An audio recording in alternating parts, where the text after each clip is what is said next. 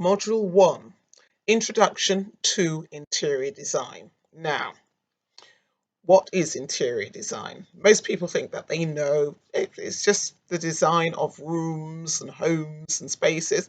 You're pretty much right. But to have a core understanding of what interior design is, it's very important for you to put it in perspective. So, interior design is the design of your shelter. And that's the baseline. It's the design of your shelter. There are three essentials for life: food, clothing, and shelter. Now, I would argue that, okay, food being number one, because without it, we cannot live or function. Shelter, I would say, is closely behind food, and then clothing being, behind that.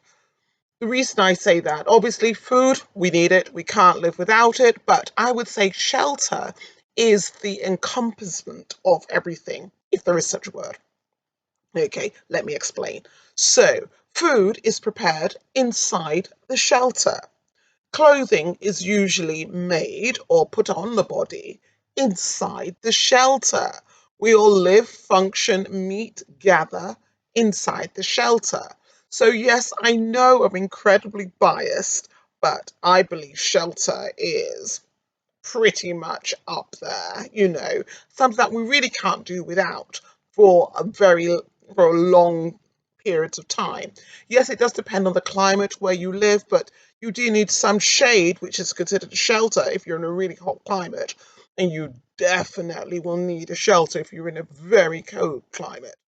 So I would say that looking at the three essentials for life: food, clothing, and shelter, that's how they're usually termed. I would say food, shelter, and clothing. They're the three essentials for life. And I think that's really important. And I think it's something that if you understand the baseline of how important shelter is, then that's your starting point. And moving forward, then you can understand the place it plays within our lives. And then we can start to put a lot more into creating our ideal shelter.